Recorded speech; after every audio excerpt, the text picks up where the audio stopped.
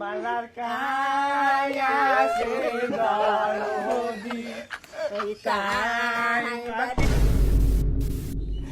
দাদা এবারে মতো মাফ করি দেও দাদা। না কোনো মাফ দেব না, মুই তোমাক কথা দিলুম সন্ধ্যে বেলা মুই তোমাক 50,000 টাকা জরিমানা দিম।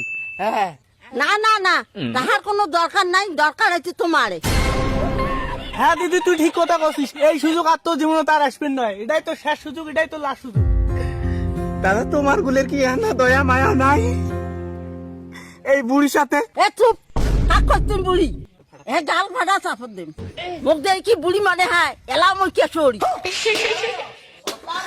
75 বছর বয়সী বুড়িটা বলে আজকে কিশোরী, আসলে তোর মাথা নষ্ট।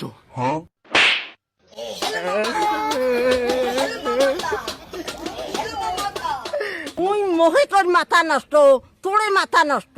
এ হচ্ছে তো তোমার কিস্তা বাধ্য করো কেরে মিঠুন, কি ব্যাপার বামন কো? ওই তুই যেই বামনে কথা কলু সেই বামনে আরহান বিয়েত গেছে, ওই আর আসবে ভাই।